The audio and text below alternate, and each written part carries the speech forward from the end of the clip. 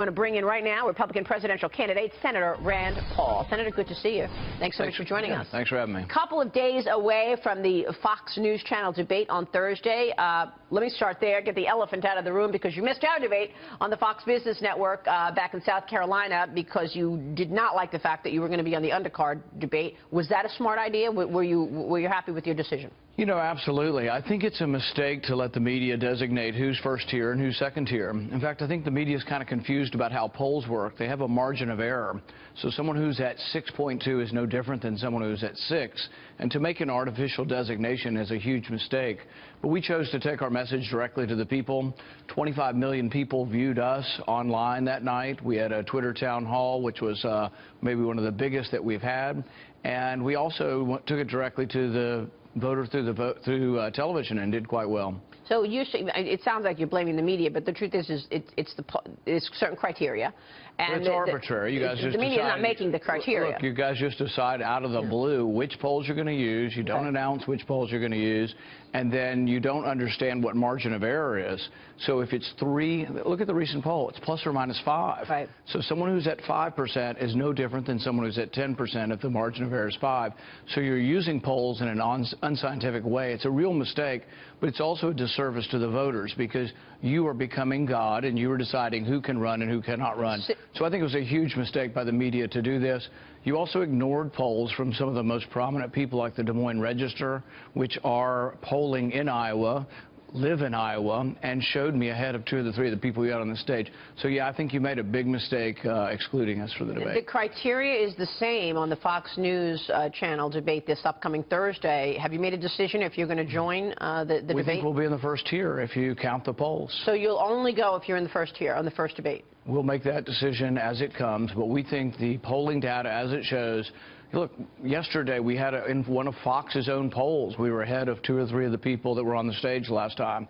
So if Fox counts the polls appropriately, uses the polls, and also understands science of polls or the lack of science in polling, that if you have the margin of error, if someone is at 6 and another person at 7, and it's plus or minus 3 or plus or minus 4 in the margin of error, you're doing something that's unscientific and unfair to exclude somebody who's 1 point behind somebody else if the margin of error is 3 or 4. These are all very fair points, no doubt, Senator. But let me ask you this, because no matter how you look at it, you want to look at margin of error, you want to look at different polls, you're at the bottom of the barrel. I mean, let's face it, you're among those at the bottom of the barrel. How are you going to get your numbers up?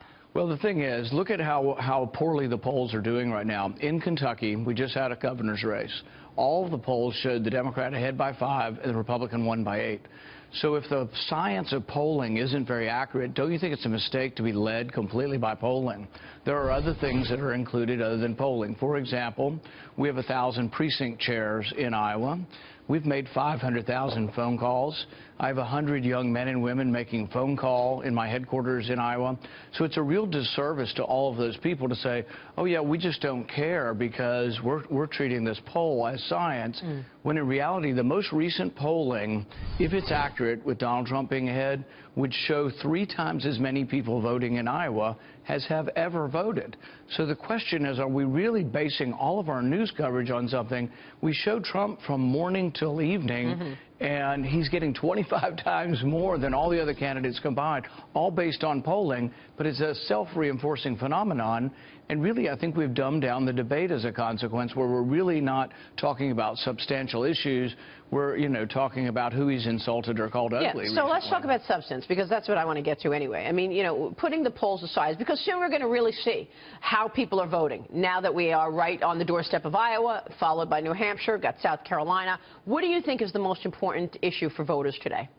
You know, what I find when I am out talking to Republicans is they're very upset that Republicans controlling Congress are not using the power of the purse to stop the president.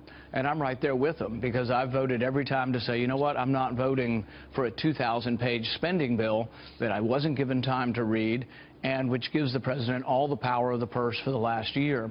I also am not voting to raise the debt ceiling an unspecified amount for the last year of President Obama's term. I guarantee you every Republican outside the Beltway gets that, and very few Republicans inside the Beltway get that at all. There's a great disconnect between the grassroots and those who are running Washington.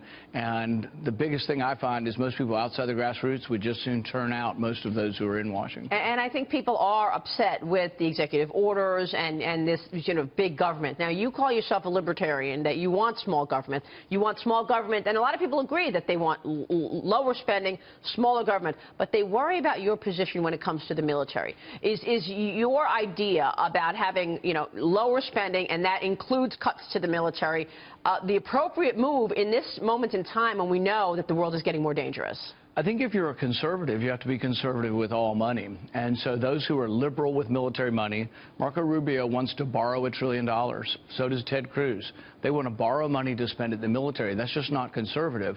I think the biggest threat to our debt, the biggest threat to our national security is our debt. And I think we do have to be careful with all spending. You have to put our spending in perspective.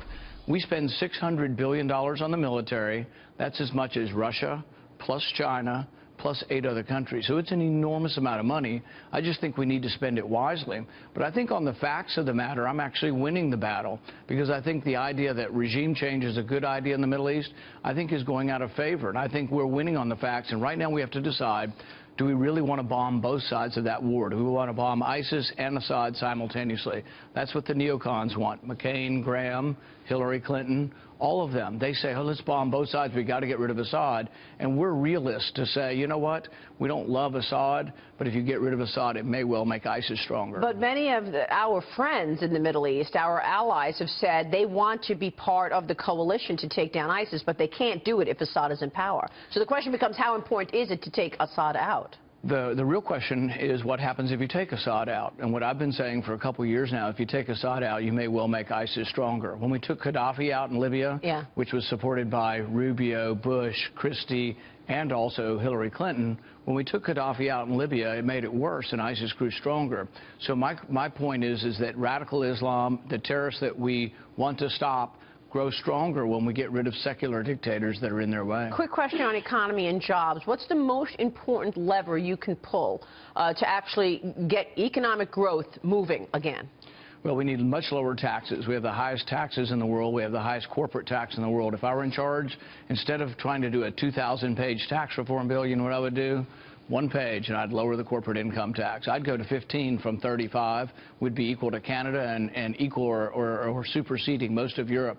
I'd do it in one page, though. I wouldn't do a complicated tax reform. We're never getting a complicated tax reform done because some people want mandatory repatriation tax. Some people feel like there's a VAT tax hidden in that, that Ben Carson's flat tax plan doesn't have. Right. That what we would have is a $2 trillion tax cut. You'd fill out my tax return on one postcard and be 14.5% for business and 14.5% for individuals. And we think it'd be incredibly simple, leave a lot of money in the economy. And many people, Art Laffer and others, have said it would lead to more growth than anything we're currently doing. Senator, good to have you on the program. Thank you.